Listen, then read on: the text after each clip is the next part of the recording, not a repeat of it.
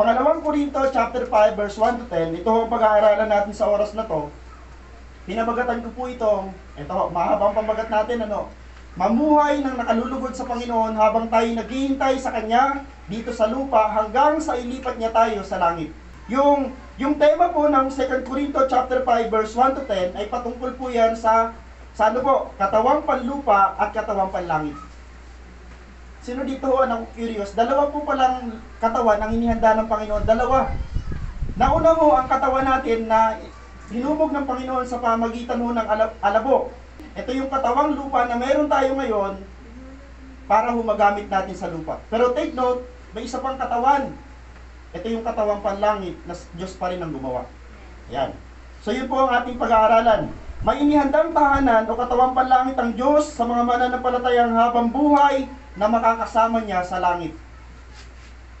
Mayroong inihanda si Lord na pangalawang bagay na wala sa mundong ito, nandun sa langit. At yun ho ang gusto kong i-share sa inyo ngayong araw na to dahil yun ang message natin. So ang sasagutin po nating tanong po ngayong araw na to, paano mamuhay ng nakalulugod sa Panginoon habang tayo nasa lupa?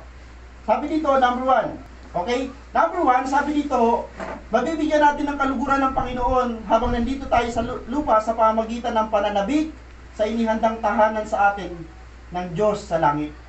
Nandito ka sa lupa, may problema ka, may pagsubok ka, take note, hindi ka exempted sa bagyo. Minsan, hindi tayo madalas exempted sa mga pagsubok, sa bagyo, sa lahat ng mga challenges ng buhay, pero tandaan nyo, pagkatapos ng pagsubok, laging may pangako ang Diyos. Basahin ko lang po sa Korinto chapter 5 verse 1 to 5. Alam namin kapag nasira na ang toldang tinatahanan natin ngayon, ng ating katawan lupa, kami may tahanan sa langit na hindi kailanman masisira. Yan ang pinaka dapat ma-excite tayo. Yes, pwede masira ang katawang panlupa, sabi ni Paul. Pero yung katawang panlangit, hindi siya masisira. Pag masira itong katawan na to, papunta ka na sa katawan na hindi masisira. Yun yung isang bagay na wala ang mga tao sa mundo. Makamundong mga tao, wala silang ganung pangako. Tayo mga Christian, the moment na ito'y nasira, namatay ang katawang pisikal na to, lilipat lang tayo sa isang katawan na hindi nasisira at habang buhay na buhay. Di ka ba na-excite sa bagay na yun? Yun ang sinasabi ng mensahe. Kaya di ba naranasan natin yung bagyo, naranasan natin yung dilubyo. Sa mga panahon na yun, nagkakaroon tayo ng kaba, nagkakaroon tayo ng takot, kasi paano na kapag ito ay namatay? Pero ngayong araw na to, i-remind sa ng Panginoon, mamamatay ang pisikal na katawan, pero may i-prepare ang Diyos na spiritual na katawan na mabubuhay magpakailanman. Okay? Pangalawa, verse 2, dumaraing kami habang kami nasa todlang ito at labis na nananabik sa aming tahanang makalangit. Upang kung mabihisan na kami, nito ay hindi kami matagpo ang hubad. Habang nakatira pa kami sa toldang ito, kami nagpis at dumaraing, hindi dahil sa nais na naming iwaksi ang katawang panlupa, kundi dahil nais na naming mabihisan ng katawang panlangit. So may struggle. Itong katawan natin, sa ayaw at sa gusto natin, magkakasakit po ang katawan na to. Sa ayaw at sa gusto natin, tatanda ang katawan na to. Sa ayaw at sa gusto natin. Pero sinugurado ng Panginoon, kahit yan mapurap, kahit something mawasak itong katawan na to, walang problema sa mga anak ng Diyos na tinawag, pinili, at pinangakuan niya dahil may i-prepare siyang mas the best na katawan. Yun yung katawan hindi tumatanda. Okay? Last verse. Ang Diyos mismo ang naghanda sa amin para sa ganitong pagbabago at ibinigay niya sa amin ang Espiritu bilang katibayan na ito'y matutupad. So ang Espiritu Santo, tandaan niyo ang Espiritu Santo wala yung kamatayan. Ang mga tao kung tumanggap kay Jesus, may banal na Espiritu. At yung banal na Espiritu ay sagisag o sign siya ng isang bagay na mangyayari din sa atin someday na wala din tayo ng kamatayan. The Apostle Paul reminds his readers that followers of Christ must not build their lives around things that have not eternal significance. Pinaalala ni Apostol Pablo na huwag nating ipundasyon ang ating mga sarili sa mga bagay na hindi po eternal. Kasi pag once na ipinundasyon natin ang ating sarili, ang ating buhay sa isang bagay na may katapusan, bagay na nasisira, tayo po ay manghihina. Kaya sabi ni Apostol Pablo, huwag ninyong ipundasyon ang sarili nyo sa mga bagay na nakikita dahil lahat ng bagay na nakikita mawawasak. Maglalaho, masisira. Kaya nga sabi ko sa inyo, kung dito lang nakapundasyon ang ating buhay sa lupa, tayo ng pinakakawawang tao. Buti na lang mayroon pa tayong pag-asa. May langit na naghihintay sa atin. Sabi dito, rather than pursuing the same things that the world pursues, a Christian should focus on the unseen realities such as Jesus and heaven. Kaysa tumutok tayo sa mga bagay na pangsanmantala, kaysa tumutok tayo sa mga bagay na panlupa, bakit hindi tayo pumokus kay Jesus at sa langit? Yan yung dalawang bagay na ito, kailanman hindi ito maglalako. Amen.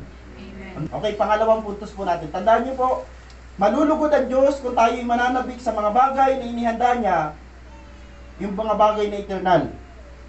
Pangalawa, sa pamamagitan ng pananampalataya at sa pangako ng Diyos sa hinaharap. Mayroong pangako ang Diyos sa future. At yung pangako ng Panginoon sa future, hindi kailanman kayang nakawin niya ng dyablo, hindi yan kayang sirain ng anumang uri ng unos. Kasi Diyos ang gumawa niyan. Babasahin ko po 2 Corinto chapter 5 verse 6 to 8. Kaya't laging malakas ang aming loob, alam naming habang kami narito pa sa katawang lupa, hindi kami makakapasok sa tahanang inihanda ng Diyos sa langit. Ang makakapasok lang sa langit ay yung mamamatay ito. Tandaan niyo po, hindi ito pwedeng makapasok sa langit dahil ito po ay marumi. Paano natin nasabi marumi? Ito hong katawan ay mayroon hong may laman. Kaya nga pita ng laman, ito ho, makasalanan ho ang katawan na to. May mga bagay itong ina-absorb, may mga bagay itong pinapractice na ayaw ng Diyos, dali natin sa langit. Kaya nag-prepare siya ng katawan na panlangit para the moment na kunin niya tayo dito, ililipat niya tayo doon sa katawan na bago. Sabi sa 7, sapagkat namumuhay kami batay sa pananampalataya at hindi sa mga bagay na nakikita. Malakas ang aming loob at mas gusto pa naming iwan ng katawang ito na aming tinitirhan ngayon upang manirahan sa piling ng Panginoon. Sabi ng Bible, sapagkat namumuhay kami batay sa pananampalataya, hindi sa mga bagay na nakikita.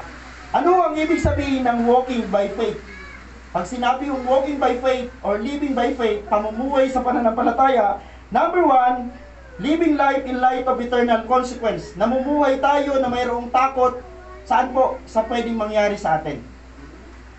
Hindi ho tayo basta-basta namumuhay sa sanlibutan ng parang pawardi-wardi lang ho. Alam natin kung masama ang ginagawa natin o tama o mali, dahil alam natin the moment na gumawa tayo ng mali, mayroong consequence na masama. Pero the moment na gumawa tayo ng mabuti, may consequence na mabuti. Okay po? Pangalawa, pag sinabing walking by faith, sabi dito ho, it is about to walk by faith is to fear God more than men. Ang buhay pananampalataya ay pagkatakot sa Diyos kaysa pagkatakot sa tao. Tinuro sa atin sa Biblia na mas matakot tayo sa Diyos kaysa sa tao. Kaya nga pag may mga inuutos ng Panginoon, may mga gustong sabihin ng Panginoon na ikaw ang gustong gamitin niya, pag yung tao na yun ay alam mong, ay pastor, hindi ko kaya to. Takot ako sa tao na to. Paano yun? Mamimili ka ngayon. Matatakot ka sa kanya o mas matatakot ka sa Diyos?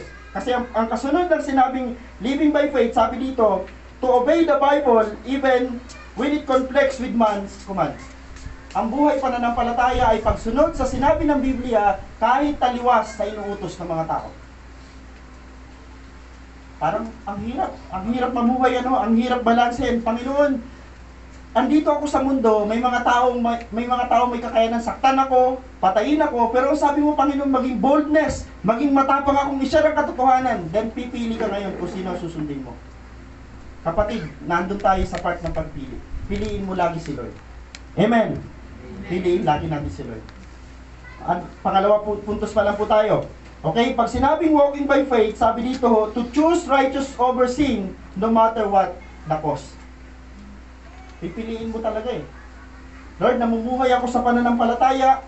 Lord, mahirap itong pipiliin ko. Pero dahil ito yung matuwid, ito yung mabuti, mas pipiliin ko to laban dito sa kasalanan. Yun daw po ang isang bagay o buhay na namumuhay sa pananampalataya.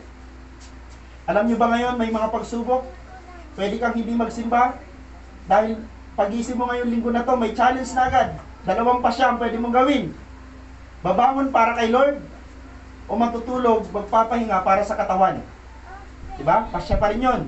Pero dahil namumuhay tayo sa pananampalataya, hindi natin nakikita si Jesus dito mismo sa simbahan. Hindi natin siya namimit dito mismo sa simbahan. Pero Lord, nananampalataya tayo, nandito siya.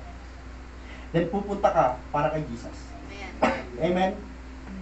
At alam niyo po ba mga kapatid, si Lord ay masaya ngayong araw na to. Hindi man natin siya nakikita, masaya siya.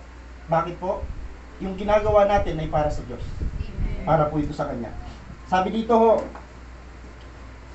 sorry, walking by faith, pangalawa ho sa huli, sabi dito, to trust God in every circumstances. Yan daw po ang pamumuhay sa pananampalataya. Lord, matindi yung bagyo, pero habang matindi ang bagyo, nagpipray ka, nananampalataya ka, nanalangin ka, kahit pakiwari mo, parang walang Diyos na nakikinig. Alam nyo, pag nagpipray tayo, isa sa sign na ikaw ay may pananampalataya, kung ikaw ay nagpipray. Sino dito ho nagpipray na kaya lang siya nagpray dahil nakita niya si Lord? Di ba wala?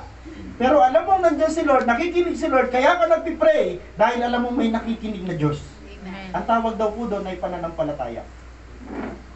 Okay, last.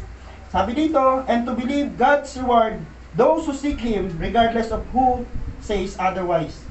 Kahit sino pa yung nagsabi, basta alam mong sinabi ng Panginoon, pangako ng Panginoon, nananampalataya tayo dahil alam natin, kung sinabi ng Diyos sa Biblia, ito'y gagawin niya sa kahit anumang kaparaanan. Kapatid, anong pangako sa iyo ng Panginoon? Huwag na huwag mong kakalimutan, kapag nangako ang tao, mapapako. Pero ang Diyos, nung nangako, siya'y nagpapako para matupad ang pangako. Amen po ba? Matindi yung sakripisyo ang ginawa ni Jesus. Okay ho, pangatlong points. Yan. Pangatlo na ho tayo. Sabi dito ho, paano mamuhay na nakalulugod sa Panginoon habang tayo nasa lupa? Ano yung una? Para malugod ang Panginoon natin, ano yung una mga kapatid? Manabik tayo sa inihandang katawan ng Panginoon sa langit. Pangalawa, pananampalataya. The moment na nampalataya ka, kapatid, nalulugod ang Diyos. Then last, dito tayo ho. Last na natin to. Pangatlo, sabi dito, sa pamagitan ng pagsasaisip at paghahanda sa ating pagharap sa hukuman ng ating Panginoon. Ito ho, nakalulugod to sa Diyos. Maraming mga tao, hindi nila alam na ang buhay sa mundong ito ay matatapos at ang kadulutuluhan ng lahat ng ating pinagdadaanan sa mundong ito, haharap tayo sa Diyos. Ngayon, ang tanong, alam mo ba kung paano sumagot? Alam mo ba kung ano yung isasagot mo the moment na humarap ka na sa harapan ng Diyos? Nung linggo, binanggit ko sa inyo, nung linggo, hindi grupo. Pag tayo kinuha ng Panginoon ng sabay-sabay, maganda rin. Halimbawa, nagkaroon ng rapture, kinuha tayo ng Panginoon. Good thing, kung nasama tayo sa rapture, it means ligtas tayo. Pero pag dumating ang panahon na isa-isa tayong kunin ng Panginoon sa sanlibutan, naharap tayo sa Kanya ng isa-isa, at hindi pwede ang kasalanan ko maging kasalanan mo, yung kabaitan ko, kabutihan ko maging kabutihan mo, magkakaiba ang husga ng Panginoon. Okay? Verse 9, kaya naman ang pinakananais namin ay maging kalugod-lugod sa Kanya, maging nasa katawang lupa o maging nasa piling na niya. Kahit pala nandun na tayo sa langit, kailangan pa rin natin mabigyan ng kaluguran ng Diyos. Pero habang nandito pa tayo sa lupa, gawin natin yung bagay na gusto ng Diyos. Okay? Sabi dito ho, sapagkat lahat ng tao ay haharap sa hukuman ni Kristo at tatanggap ng nararapat ayon sa ating mga gawang mabuti o masama, nang tayo'y nabubuhay pa sa katawang ito. Kapatid, mahirap mabuhay na mabuti sa mundong ito, lalo na ho, pag dumating yung tukso. Paano kaya may tukso? Halimbawa ako personally, nakita ng kaaway, ay ito si Junel, mahina to sa laman. Tapos hinarapan niya ako, kailangan ho, katulad ng sinabi ko sa inyo kanina, kailangan mayroon kang malinaw. Yung light of consequence, kailangan mayroon ka ng ganon. Dapat alam mo na, ay pag pinatus ko tong tukso, yung pagsubok na ito, yung problema na to ay pinatus ko, it means, pinatulan ko, may consequence tong masama. Pero dahil ho, ang katawan natin ho ay normally ho, mahina talaga ang katawan natin, tapos hindi pa tayo nagpipray, nagbabasa ng Bible, nagsisimba, then lalo siyang magiging mas mahina. Pero the moment na mayroon kang ganung battle, pero ho, matibay ang yung prayer, matibay ang yung pagbabasa ng Biblia, matibay yung connection mo sa Lord, tingin ko ho, mapagtatagumpayan natin ang pagsubok. Kaya po ba natin? Pagkasama mo si Lord, imposibleng hindi mo kaya. Si Jesus Christ, tinukso siya ng demonyo ng 40 days and 40 nights. 40 days, araw-araw. Pero ang nabasa natin sa Biblia, 3 lang. Tama, 3 lang ang nabasa natin. Ano yung unang tukso kay Jesus? Dahil gutom siya, tinukso siya ng pagkain. Pag gutom ang isang tao, wala nang ibang tukso sa kanya, kundi yung pagkain. Paano kaya ho pag dumating sa time, gutom na gutom ka, tapos may tinapay na binibenta, walang nakatingin. Ay pastor, wala na, usap-usap to. Ano? Pagsubok yun, kay Jesus ganun. Pero napagtagumpayan niya. Kasi bakit po? 40 days and 40 nights, may challenge ang kaaway, may tukso, pero mayroon siyang prayer. 40 days and 40 nights. Maayos ang connection. Kaya babalikan ko lang ha, pag dumating ang pagsubok, kaya hindi tayo magtagumpay sa pagsubok, normally ho, mayroon tayong pagkukulang spiritually. Sinusubok ka ba ngayon? May challenges ka bang kinakaharap ngayon? Bakit hindi mo na pagtatagumpayan? Huwag mong i-question sa Diyos dahil hindi nagkukulang ang Diyos. I-question mo ang sarili mo kung bakit hindi ka nagtagumpay. Maaaring kulang ka sa prayer. Maaaring kulang ka sa devotion. Nandun ang lahat. Pag devotion kasi nagpipray, nagbabasa ng Bible, at minimeditate mo yung salita ng Diyos, then pag nagawa mo yun, kapatid, nakakalakas siya. Nakakalago siya spiritually. Kaya ho gawin natin. Okay. Sabi dito, Paul goes on to say, sabi dito, so whether we are at home or away, we make it our aim to please God. So kahit tayo ho ay malayo pa, papunta sa langit, ibig sabihin kasi nandito pa tayo sa sanlibutan, wag niyong kakalimutan na gawin lagi ang kagustuhan ng Diyos sa langit. Hindi lang ho tayo nag-uusap ng patungkol sa bagyo dahil wala ngang bagyo. Mayroon ka pa rin kakulangan sa mga bagay sa buhay natin, pagsubok pa rin yan, pero piliin mo pa rin maging mabuting tao. Piliin mo pa rin mabuting Kristiyano, sa kabila ng mga pagsubok, piliin mo pa rin maging matuwid sa harapan ng Panginoon. Sabi dito, for we must all appear before the judgment seat of Christ, so that each one may receive what is due from what he has done in the body, whether good or evil. So kahit ano ho ang gawin natin, tandaan mo natin may laging consequence, may reward o mayroon curse lagi, the moment na ginawa ho natin yan. Punta ho tayo sa dapat natin ho tandaan. Sabi dito, tandaan, ang mga unang mananampalataya ay hindi mahihina at hindi takot sa mga hamon ng buhay sa mundong ito. Name it, pangalanan po natin ang mga kilala natin mga apostol sa Biblia, hindi ho sila mahihina at hindi sila mga takot sa pagsubok ng mundong ito. Bakit po? Ito ho ang mga susi niyan. Bakit po? Number 1, sabi dito ho, kaya ang mga unang mga mananampalataya ay mga matitibay, hindi sila mahihina, mga matatapang at hindi mga duwag, dahil una, hindi sila nakatuon sa mga bagay sa mundong ito, kundi sa mga bagay na panlangit. Kaya hindi takot ang mga apostol. Bakit po hindi sila natinag? Balikan ko lang, dahil una, hindi nakatuon ang kanilang paningin sa mga bagay sa mundong ito, nakatuon sila kay Jesus. Kung magagawa lang natin ito mga kapatid, sa simbahang ito, hindi tayo matatakot mag-share ng salita ng Panginoon. Hindi tayo mahihiyang mag-share at magsabi na si Jesus ang daan papunta sa kalangitan. Pangalawa, sabi dito ho, pangalawa ay dahil sabik sila sa mga bagay na eternal kaysa sa mga bagay na panandalian lamang. Maraming pagsubok ang pinagdaanan ng mga apostol sa unang mananampalataya pero hindi sila natinag.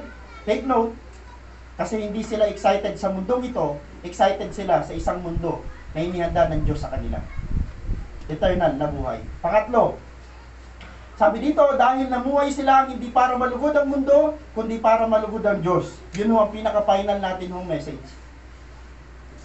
Kung tayo ho nandito ay pare-pareho tayo ng aim. Yung goal natin sa buhay, yung pinaka-main purpose ng buhay natin ay para malugod ang Diyos, then ho, hindi tayo kailanman mabibigo dahil yun ang gusto ng Diyos sa atin. Yun ang gusto ng Panginoon na gawin natin para sa Kanya. Okay po. Ito ang hamon ngayon sa atin. Unang hamon, sabi dito, tularan natin ang mga unang mananampalataya na mas sabik iwanan ang mundong ito kaysa mamuhay sa mundo na to. Sabik sila. Minsan, mali ang ating pagkakaintindi, tama? Tayo mga tao sa mundong ito, parang mas sabik pa tayo manirahan sa mundong ito, kung ano-ano yung mga bagay na naisip natin sa mundong ito, hindi po mali yun. Pero once na ipinundasyon na natin ang ating mga sarili sa mga bagay sa mundong ito, baka mahirapan kang pumunta doon sa mundo o sa langit na i-prepare ng Diyos na yun talaga yung para sa atin. Naalala niyo yung binatang mayaman? Nababasa ng Panginoon yung isip at puso ng binatang mayaman, meron ka pang hidden na hindi mo kayang isurrender. Ano yun? yung mga bagay sa mundong ito. Sabi ng Panginoon, i-give up mo yung mga bagay sa mundong ito, ibenta mo lahat, ipamigay mo sa mahihirap, then doon ako mag-a-approve, doon ako magsasabi sa iyo, nagawa mo na lahat. Pero sabi ng binatang mayaman, ano sinabi? Walang sinabi, umalis na nakayuko, laylay ang balikat, tumalikod sa Panginoon. Walang sinabi, pero nagpakita siya na-disappoint siya sa sinabi ng Panginoon kasi hindi niya kayang bitawan ang mga bagay sa mundong ito. Sinayang ng binatang mayaman ang pinakamagandang yaman. Ano po 'yon? Yung langit na kasama si Jesus. Di ba sabi niya, Lord, paano po makapunta sa langit? Lord, paano po makasama kayo? Lord, paano po magkamit ang buhay na walang hanggan? Sabi ng Panginoon, ito ang gawin mo. Nung sinabi ng Panginoon, hindi naman niya ginawa. Maraming mga tao alam na ang susi papunta sa langit, pero ayaw pa rin kunin yung susi. Sino ang susi papunta sa langit? Si Jesus. Pero ayaw pa rin nila kay Jesus. Hanggang bibig lang din pa rin sila kay Jesus. Lord, mahal kita, Panginoon, gusto kita, pero Lord, ang maglingkod sa iyo, wag muna. Hindi totoo. Kung sinasabi natin mahal natin si Lord, gusto natin si Lord, then bakit di natin i-surrender ng buong buo ang ating buhay sa Kanya at maglingkod tayo at sabihin natin, Panginoon, eto ako. Maglilingkod ako sa iyo. May mga tao pa rin ho hanggang ngayon, sanguso pa rin si Jesus. Maliligtas kaya ang ganong tao? Hindi. Kasi yung binatang mayaman, hanggang nguso lang yung pagmamahal niya sa Diyos. Wala dito. Okay? Yan ang una nating hamon. Pangalawang hamon natin po, manabik. Sabi dito, pangalawang hamon, manabik, makita at makasama ang Panginoon kaysa mamalagi sa mundong ito.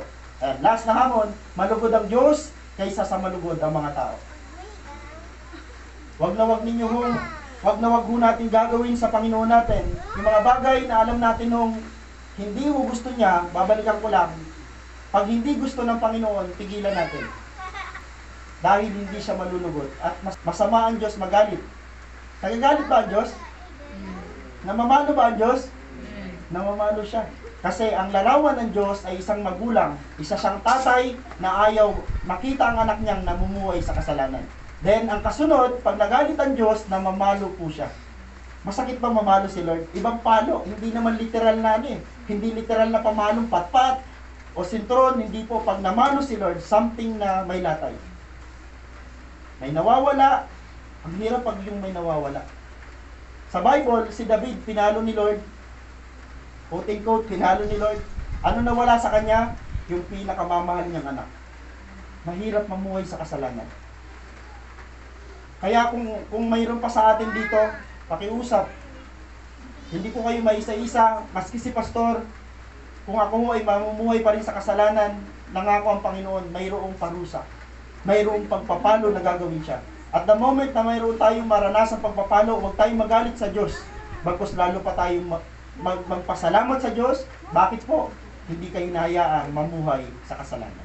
Amen po. Yan po ang mensahe ng Panginoon. Sa Diyos po ang pinakamataas na papuri. Mamuhay na nakalulubot po Panginoon habang tayo naghihintay sa Kanya dito sa lupa hanggang sa ilipat niya tayo sa langit. May paglilipat na gagawin. Okay? Sa Diyos po ang pinakamataas na papuri.